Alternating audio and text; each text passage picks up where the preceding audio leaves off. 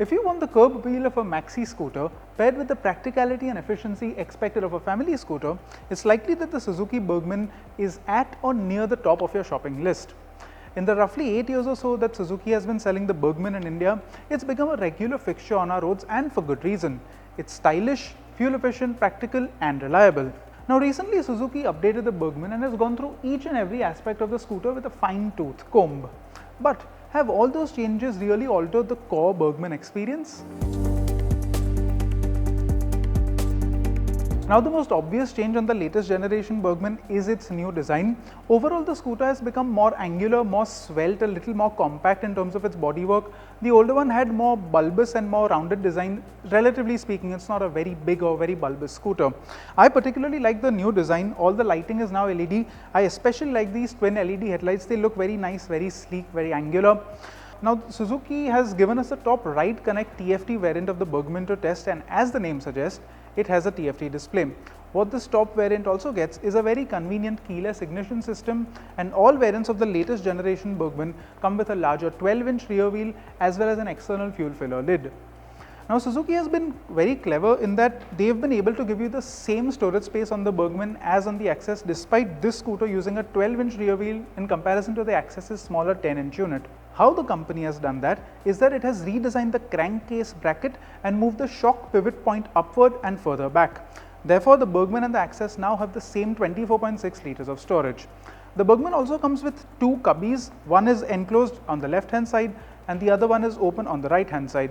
What I really like is that Suzuki has paid good attention to these areas also. The left hand side cubby now has a redesigned opening flap. It feels almost like a car's glove box, and I mean that in the best possible way. It's very nice, very slick to use and adds a bit of a premium touch. There's also an open cubby on the right hand side.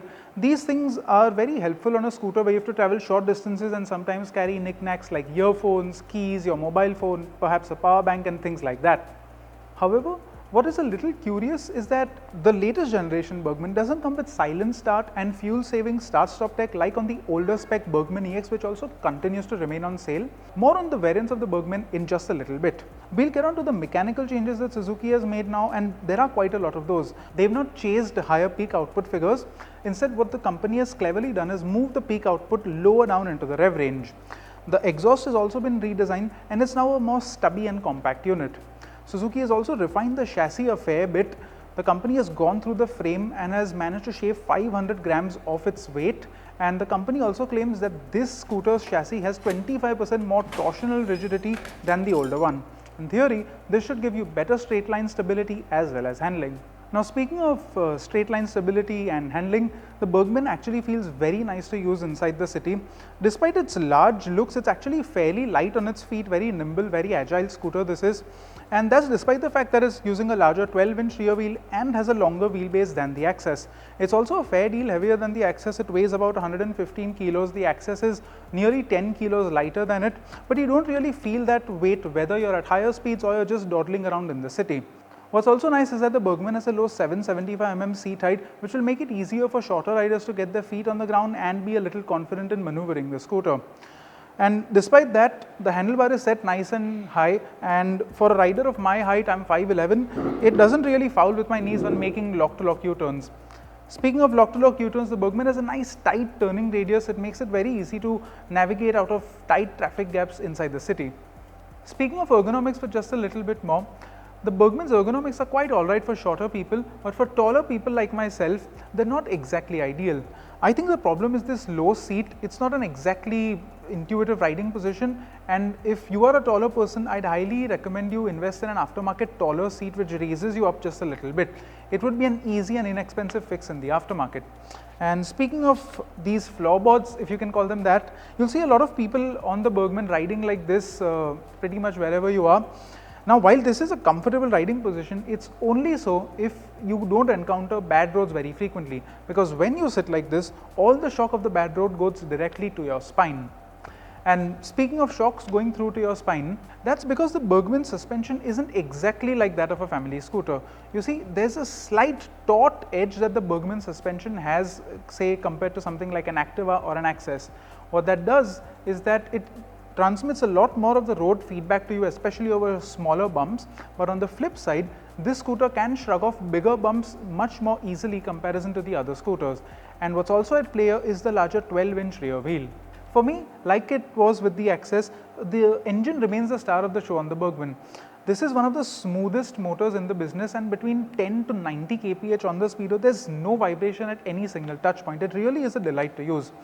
And if you ride sensibly but not slowly, this engine is capable of returning more than 50 km per liter, provided you don't ride in a ham-fisted fashion.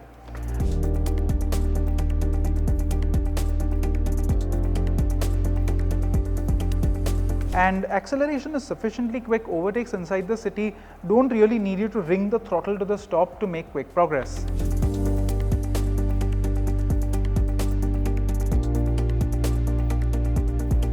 Before we sum up, let's take a minute and delve into the variants of the Burgman that are on offer, because they're not entirely straightforward. You see, the base variant gets all the visual and mechanical updates that the latest generation Burgman brings, but it uses a simple LCD display and a physical key. It also misses out on the bronze finish touches that you see on this top spec model over here. Moving up from that, you have the mid-spec EX variant, but the EX uses the visuals and mechanicals of the previous generation Burgman. However, it is the only one to come with a silent start and fuel-saving start-stop tech. To its credit, this start-stop tech works really well. It responds almost instantaneously and is one of the best systems in the scooter segment. And moving up from that, you have the top right connect TFT variant, which is the scooter you see in front of you. This variant is mechanically and functionally, objectively speaking, identical to the base variant, but it brings in some feel-good features like a TFT display, keyless ignition, and these bronze touches. Fun fact, these bronze touches remind me just a little bit of the Hayabusa's black and gold paint scheme when it came out in 2020. However, what is a little annoying is that Suzuki will sell you an Access with ABS, a single channel system on its top two variants, but no variant of the Burgman comes with a single channel ABS even as an option. What is also a little disappointing is that Suzuki didn't just incorporate the EX's start-stop tech into this latest generation Burgman, although the update should eventually come. If you really value fuel efficiency, you still have the option of buying the middle spec EX variant.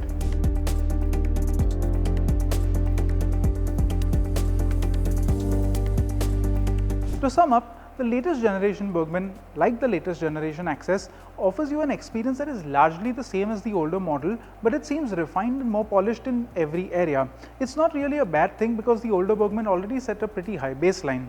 If you wanted a family scooter, but you don't want to conform to homogeneity and get the safe bet like an Access, an Activa or a Jupiter, then the Burgman makes for a compelling alternative, especially if you want to stick with the peace of mind that a reputed brand brings to the table. And these new Burgmans, they've actually started cropping up on the roads fairly quickly, which shows that the changes Suzuki has implemented, they're actually resonating with prospective buyers.